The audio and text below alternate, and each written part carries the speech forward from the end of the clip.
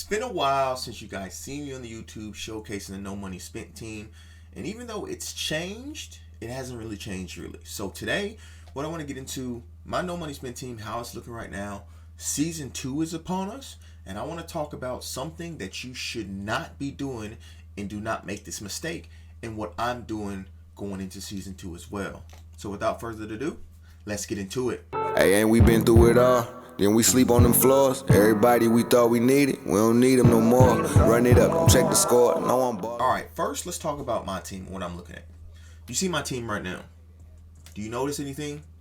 Every single player is in cat. I sold off all my high pieces. Don't worry about the 1.9 million in the corner. We do have about 100K worth of training. Twitch.tv/therealdatruthyadig will be rolling tonight for the LTD. But yeah, my team is completely in cat. So what I essentially did, you see I have a bunch of Gridiron Guardian players. I did the Eric Dickerson set. So Eric Dickerson kept the Gridiron Guardian player, I have the Hispanic Heritage player, Jim Plunkett. We'll get over on defense. We'll look at that. Jalen Waddle here. I got Cordell Patterson. If EA ever decides to give us our 288 from House Rules, I'll have a center and another player from that. Cortland Sutton, last week's competitive master from season passes. And as you can see, we're all essentially in cat, or BND as we call it. And I'm still 25 out of 50 legends, right? So about time I get done re-rolling tonight. I'm hoping I can be at like 4 million coins. But yeah, this is the offense and this is the defense. As you can see, no one is sellable. The reason why I'm doing this, Season 2 is upon us, which we'll get to a little bit later of what I'm, in terms of Season 2, what you should be doing, how to prepare for it.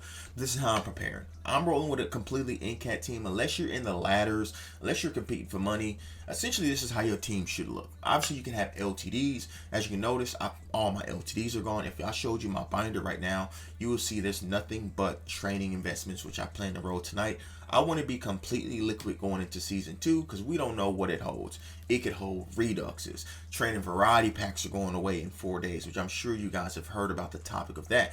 That could be a big change. They could either go away completely, or the packs itself in terms of the contents of the pack could completely change.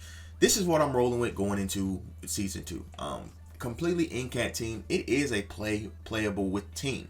Obviously, I have the receivers that I can get open with. I have a good defense that, corners, safeties, and all that different stuff. If you're not doing this, I don't know what you're doing, unless you're just a big spender. But even big spenders should be taking advantage of this because we don't know what's going to happen with Season 2. If the training variety pack's going away, market's going to crash. If it's replaced, I've heard some whispers replaced with coin quick sales, with reduxes, whatever it may be. Still, what's going to happen? Because you're not going to have that ability to make coins from the training variety packs, right? So this is my team. This is what I'm looking at.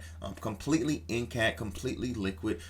If you want, I can show you my binder just real quickly before we get into Season 2 and what I think you should be doing. And I don't want anyone to make this mistake because it can completely cost you at the end of the day. So as you can see, all this stuff is in-cat. But obviously, like I told you guys, I went a bit crazy. Or typically I do go get crazy on Mondays with AKA players. I think I bought close to 150K. A lot of them I've sold back. But as you can see, I still have, I'm pretty sure I have more than that. I still have about 96K worth of training there. And then obviously I have all of these down here that I can use too. So that's what we're looking at. Like I said, roughly about 100K worth of training.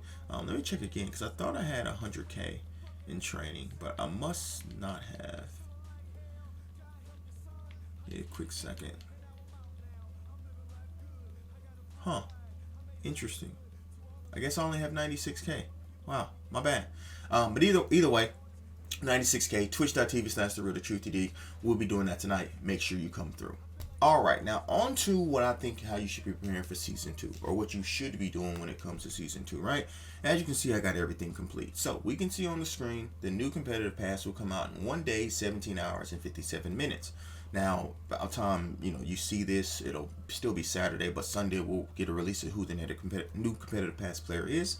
But as you can see, Season 1 ends in 4 days, 17 hours, and 57 minutes too. So 3 days after that.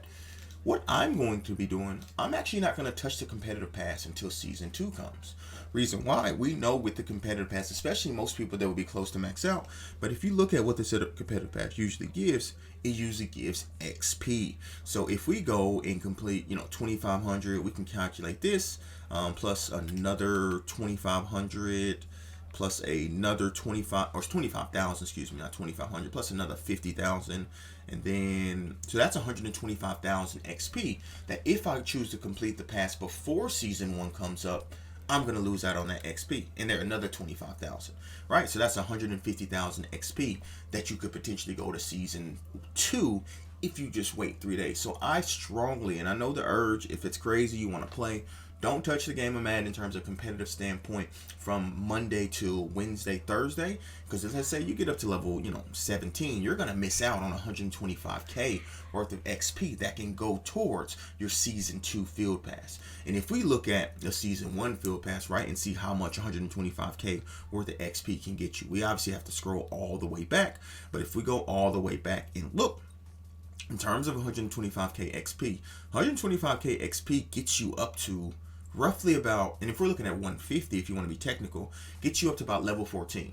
So waiting 3 days could be the difference between level 1 and an automatic level 14 in terms of the XP. So that's what I'm doing. I'm absolutely waiting. I don't care who the player is. I'm going to wait until Wednesday to play anything competitive. I'll hop on, do market stuff and stuff like that. But in terms of using the competitive pass and getting XP, I'm essentially waiting until that season 2 field pass shows up, and then we can rock and roll.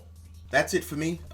Completely liquid, no money spent, basically all in-cat team, and it's still an 88 overall. Twitch.tv/therealdatruthyadig will be rolling tonight. And then also season 2, wait please, 3 days. I know it's hard. Obviously EA doesn't give us much reason to play the game anyway, so it shouldn't be that hard to wait 3 days, and then you can obviously start getting that XP from the season next competitive pass towards your season 2 pass. Like I said, it's 14 level difference, which is huge. Most people complete the competitive pass anyway, or play seasons and weekend league and stuff anyway. So wait in 3 days, so that way you can make sure that XP go towards a full season, instead of not using the XP to its fullest potential. Appreciate you boys. Again, twitch.tv/therealdatruthyadig tonight. Come through. We got 100k on this account. We got about 70k on my Broncos Steam Teams account. We're gonna try to go crazy. All right, deuces.